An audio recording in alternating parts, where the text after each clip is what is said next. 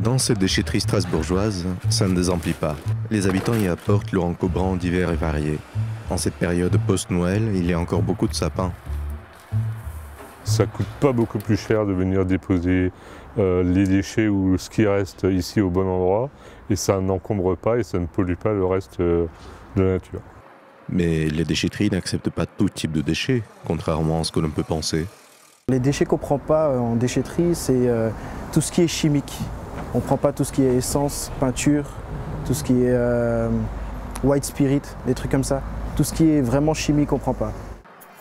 Parmi les déchets spécifiques, les médicaments. Attention à ne pas les jeter dans votre poubelle, mais à les rapporter à votre pharmacien. Il y a un risque de mauvais usage parce que les déchets se retrouvent à portée de tous. Les poubelles sont ouvertes après et ça peut être mal utilisé. Bon à savoir, les pharmacies reprennent aussi les boîtes d'Astri, qui servent par exemple à isoler les aiguilles ou les déchets infectieux, chimiques ou radioactifs provenant de patients en autotraitement.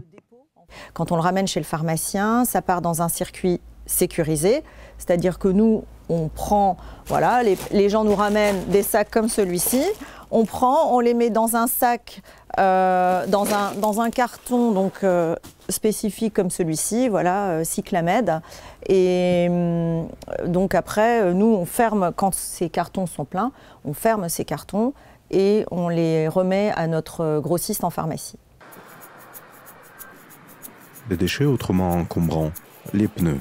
Sévèrement encadrés depuis 2003, les producteurs sont obligés de les reprendre.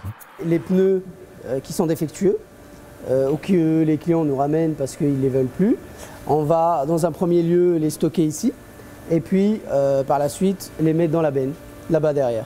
Et donc les pneus ils sont recyclés selon deux manières. Soit ils sont rechappés, donc on va refaire la bande de roulement si le flanc il est bon et ne présente aucune anomalie, soit on va vraiment les déchiqueter et utiliser la gomme dans différents procédés.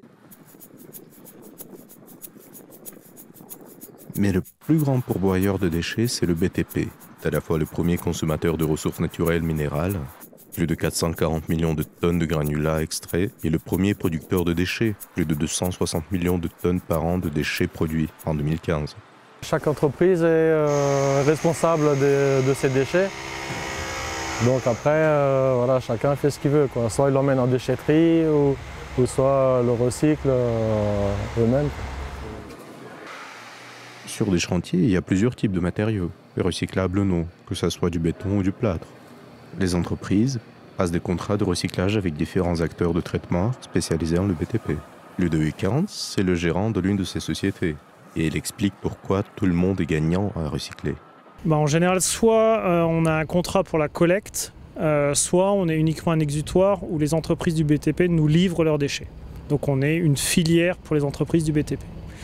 Et de la même manière, une fois que les matériaux de type béton sont recyclés, on les revend à des entreprises de BTP qui les utilisent pour des chantiers ou en structure routière notamment. Certains déchets sont repris gratuitement et d'autres varient en coût en fonction de leur nature. Les terres polluées sont autour de la centaine d'euros la tonne, les gravats sont à quelques euros la tonne. Donc la fourchette est très large. Donc là où vous voyez les bâches qui sont sur les terres, donc c'est une unité de traitement de terres polluées aux hydrocarbures. Donc en fait il y a un système de ventilation. C'est des terres qui ont été mélangées avec du compost qu'on a rajouté, compost provenant de déchets verts. Et les bactéries présentes dans le compost vont dégrader les chaînes hydrocarbonées. Aujourd'hui, la moitié des déchets environ du BTP français sont valorisés. Cela ne suffit pas. La densification du maillage en installation de traitement est un enjeu prioritaire pour éviter les dépôts sauvages et permettre aux déchets d'être compétitifs dans leur réutilisation en tant que substance à des matériaux de construction. Il reste encore des efforts à faire pour faciliter le traitement des déchets spécifiques en France. Mais on progresse.